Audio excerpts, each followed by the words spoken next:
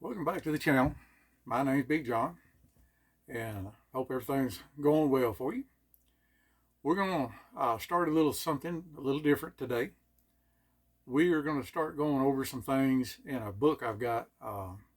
It's called The Reluctant Partisan, Volume 2. It's written by a guy, I don't know his real name. He goes by the name John Mosby. He's also on Patreon, is the Mountain Gorilla. And he just has some interesting thoughts that I thought might be appropriate. And then we're going to have some homework at the end. So, first thing is, why are we doing what we're doing? What is the reason behind watching these videos, that sort of thing? If the Lord tarries, we're all going to die eventually, hopefully no time soon. But what is our goal? What is our mission? A corporation or an organization will have a mission statement. Why do they exist? What's their reason for existence? Now, as a Christian, we have, some people refer to it as the Great Commission. I've also heard it referred to as the General Commission. Go ye therefore into all the world, preaching the gospel. That is and I do like both terms, both the Great Commission and the General Commission, that it's for all of us. But as we as individuals also have a mission from God. What if we didn't have a reason for being here, if he didn't have a plan for our life, there would be no reason for us to be here. He could call us home. But given the fact that we're still here, that basically states that there's a reason for our existence. There's a reason for us to be here. Now, looking at what we've been discussing and what we've been talking about is the idea in my mind of taking care of my family. If I'm gone, will my family be taken care of? So that's what we're going to look at. You'll hear a lot of times people will use the term tribe. What's your tribe? And this can be frivolous stuff. A ball team that you root for. And of course, living in Alabama, that's getting on thin ice. I'll get hate mail for that. But who is our tribe? Or being predominantly, I guess, from the British Isles. What clan do you belong to? What clan do you answer to? So when we look at what is going on in society, the slow decline of the country, I'm not saying that the country is past saving.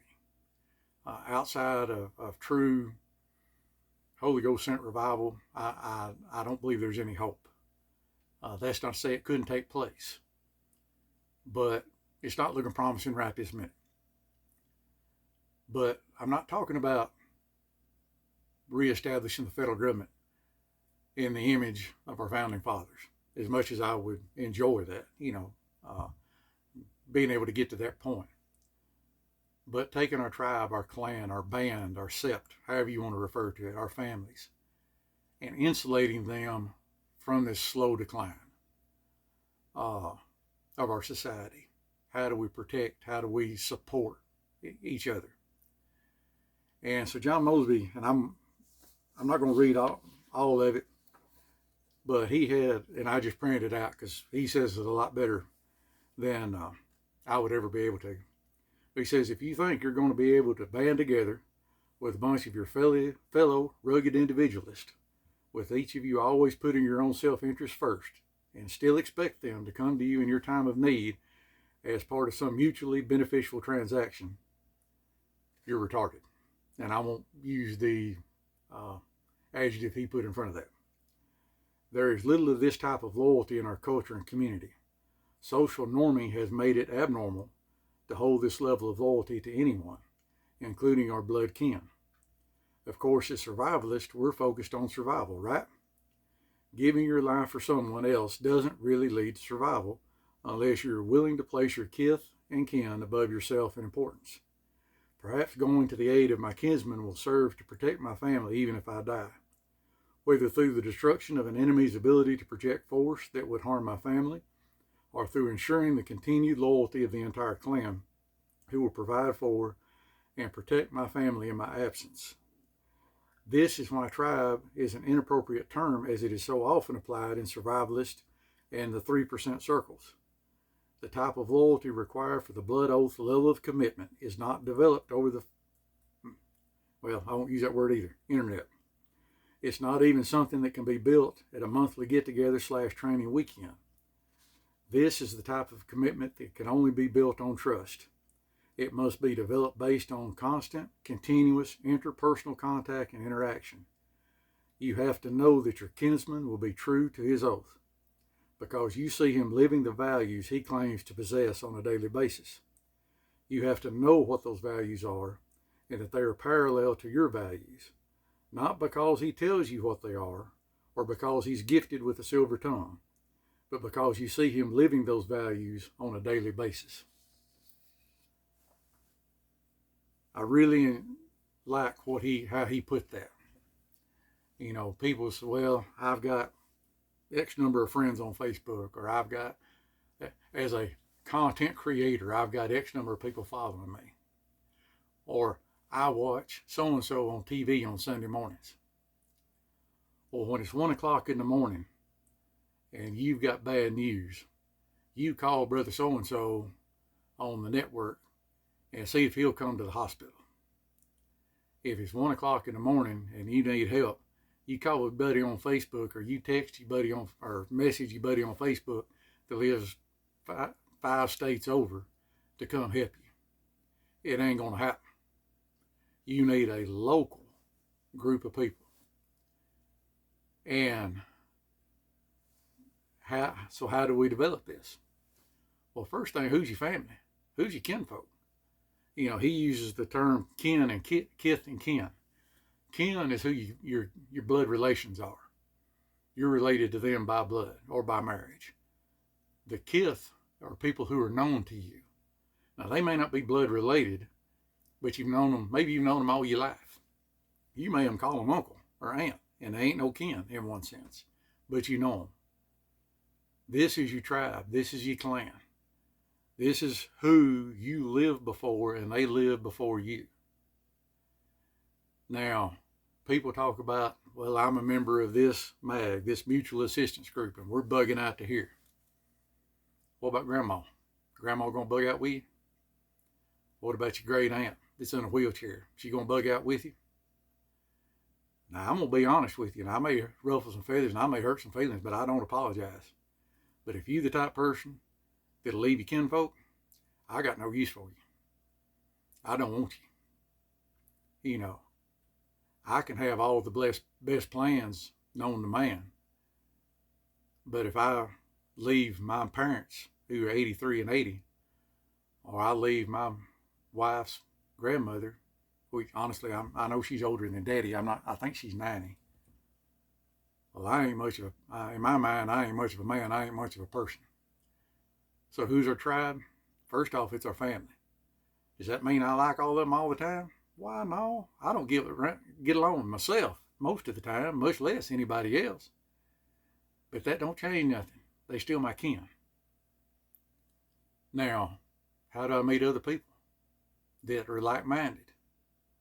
Well, the first recommendation I would have is a local church.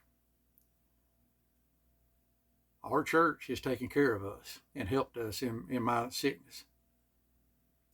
That dude on TV that sells you a snot rag that he's wiped his forehead with for $50, and you planted your $1,000 seed, he ain't going to be there when you need help, but that local assembly will be.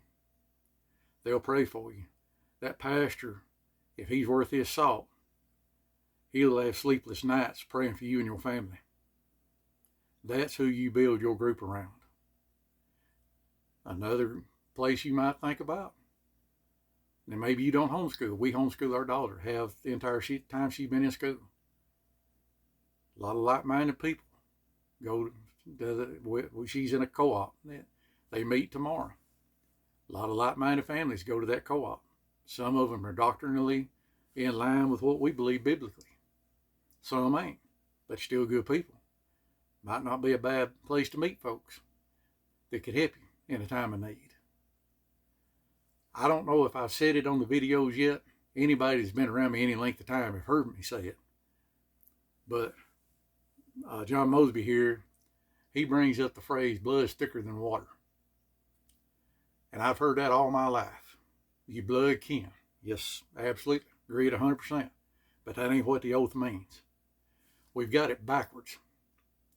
We think the blood of family is thicker than water. It's more important. And I'm not disagreeing with that entirely. But when you look at the oath, it was the blood of the oath is thicker than the water of birth. The oath that the Germanic warriors or the Nordic warriors swore to each other meant more than their family. As Christians, the blood of Christ binds us in a way that we're not even bound to our own kin. Now, that does not mean that we abandon our kinfolk. Oh, no, no, no, no. But we've got a stronger bond that binds us in a way. The term outlaw, everybody, it's all back in the 70s and 80s, it was cool to be an outlaw. When I was growing up, of course, everybody listened to Bo Cephas and Waylon Jennings and, Johnny Paycheck and David Allan Coe, and everybody wanted to be an outlaw. What an outlaw was somebody who went back on their oath. They took an oath to the clan. They took an oath to their warrior brethren, and they reneged on it. And they lost the protection of the clan or the band. They were outside the law. In other words, anybody could kill them at any time because they had no protection. That was what it was meant to be an outlaw. It says traditionally Germanic tribesmen made an oath on their oath ring. This was a wristband or an armband given by their chieftain that represented their loyalty to the clan and to the chieftain. An oath is some serious stuff. Violating an oath is an affront to the gods and to the clan. It's that we're kicking you out of the clan, and if we see you afterwards, we'll chop your head off. Sort of serious. In a society that had no one but your clan to protect you from rivals, this is a significantly dangerous threat. It could be a death sentence, and often was. That's your tribe. That's who you give your oath to. So, why are we doing this? Why am I doing these videos? Those people you meet at church, those people you meet at the homeschool co-op, those people you meet at the farmer's market or the gun show or the gun range or the gun shop, wherever you go. They may not understand the severity of the situation that we're facing. I mean, this is 2024. You looked at the last several years and what we've dealt with, and now this is an election year, and that I'm not a prophet. I'm not the son of a prophet. What was Iron Maiden? I'm not the seventh son of the seventh son. I can't predict the future. I don't try to. Probably scare me if I could. But we don't know what we're facing. But they may get to that point and remember, man, old Big John used to talk about something like that. Let's go ask him. I may be gone. I may be, the Lord may call me home. But Big John said he was putting stuff on Rumble. Let's go watch his videos and see if there's something can help us. So, who's your tribe? How do you expand your tribe? And where does your loyalty lie? Okay, now for your homework. Going to be kind of short and sweet, or a little, because we're bumping up 15 minutes again. I'm getting more long-winded every day, seems like. We discussed the idea of pace a few videos ago. So what I want you to do is you and your significant other, your spouse, whoever it is, your family, I want you to think about if we had to leave right now. We got 5 minutes. Where are we going? What's our primary site? What's our alternative side if we can't go to our primary? What's our contingency? What's our emergency? 4 places outside of our home that if we had to leave right now, we could go. Somebody we know that we went to them, member of our tribe, member of our clan. Maybe it's another clan, but we know them, and we know that if we went there, they'd take us in, and if they came to us, we'd take them in. So I want one place, your first, your primary, that's basically within easy walking distance, which that's different for everybody, you know. For me, easy walking distance is not the same as my wife, you know, and I'm not putting her down. But now I don't want to say hindered. That's not the right word. That's not the word I'm looking for. But I have to base it on her, you know, because yeah, I might be able to get 30 miles in 2 days and she can't. Well, again, I'm not leaving her. So what would be kind of an easy walking distance? What would be a little further if we couldn't go there? And then the last one, it would be somewhere that maybe is outside the state, or, you know, maybe a regional area that ideally might be some aunt, uncle, or in my case, it'd be my parents in Kentucky. You know, I might be going to get them to bring them back down here, you know, that sort of thing. Preferably somewhere that you could get on a tank of gas, you know. And so I want you to think about that. Then once you think about that, the second thing is I want you to pick one of them, preferably one that you drive. And I want you to have a primary route to get there, an alternative route, a contingency, and an emergency. 4 ways to get to that location. Okay? All right. That's all I got. I hope this has been beneficial. And you know what I'm going to say. Comments, questions, criticism, witticism, put them in the comments. If I can help you anyway, let me know. As always, I remain your humble and obedient servant, John Alsobrook.